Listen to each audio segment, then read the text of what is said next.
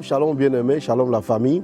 Nous sommes là dans le cadre de notre mission à la loi et au témoignage, le fardeau que Dieu nous a donné pour amener la connaissance dans la vie des enfants de Dieu, parce que l'heure est grave, le temps est très difficile, les gens ne comprennent pas où l'Église est en train de partir. Les jours passés, nous avons parlé de l'histoire qui se répète, donc l'histoire de l'Église, de l'Évangile qui se répète. Alors aujourd'hui, je vais un peu parler du danger de la religion.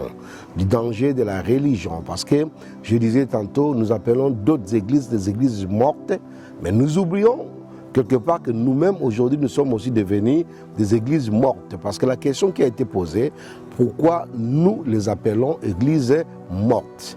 Alors je vais parler des dangers de la religion, je vais récupérer ma pensée de base dans le livre de Marc chapitre 7 à partir du verset 31.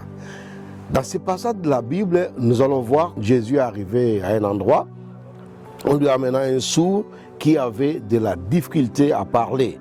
Et on le supplia de lui imposer les mains. Et pris à l'écart loin de la foule, lui mit les doigts dans les oreilles et lui toucha la langue avec de la salive. Puis il leva les yeux au ciel, soupira et dit, Ephrata, cela veut dire ouvre-toi. Aussitôt, la Bible dit, ses oreilles s'ouvrirent, sa langue se délia et il s'est mis à parler correctement. Jésus les recommanda de n'en rien parler à personne. Mais plus il les recommandait, plus il publiait la nouvelle. Donc ça, j'ai dit, nous sommes dans Marc au chapitre 7 à partir du verset 31. Je parle donc du danger de la religion.